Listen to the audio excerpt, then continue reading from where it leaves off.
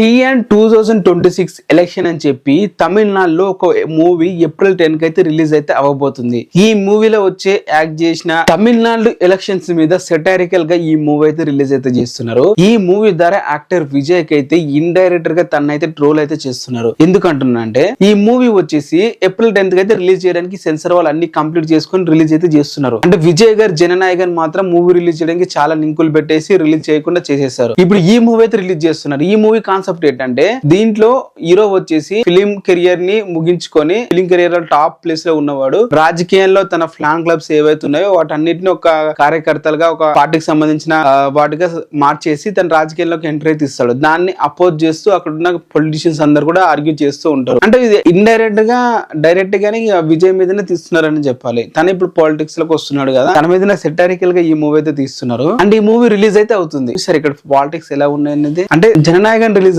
చేయలేదు. బట్ ఈ మూవీ ఏదైతే తనకి ఆపోజిట్ లోనే ఈ మూవీ అయితే రిలీజ్ అవుతుంది. ఇక్కడ క్లియర్ గా కనిపిస్తుంది కదా ఎంత కుట్ర జరిగిందో విజయ్ మీద అనేది. మీరేమంటారు దీని మీద? మరి ఆ టీజర్ మీరు చూసారా? TN 2026 అని కొట్టండి, యూట్యూబ్ లో వస్తుంది. కామెడీగా అయితే ఉంది. మొత్తం దాంట్లో యాక్టర్స్ అందరు ప్రొడ్యూస్ చేసిన వాళ్ళు కూడా ఏదైతే ఈ డిఎంకే అలాగే పార్టీకి సంబంధించిన అనుచరులు అనే చెప్పాలి అలా ఉంది. వాళ్ళకైతే మూవీ అయితే రిలీజ్ చేస్తున్నారు. విజయ్ అయితే రిలీజ్ చేయని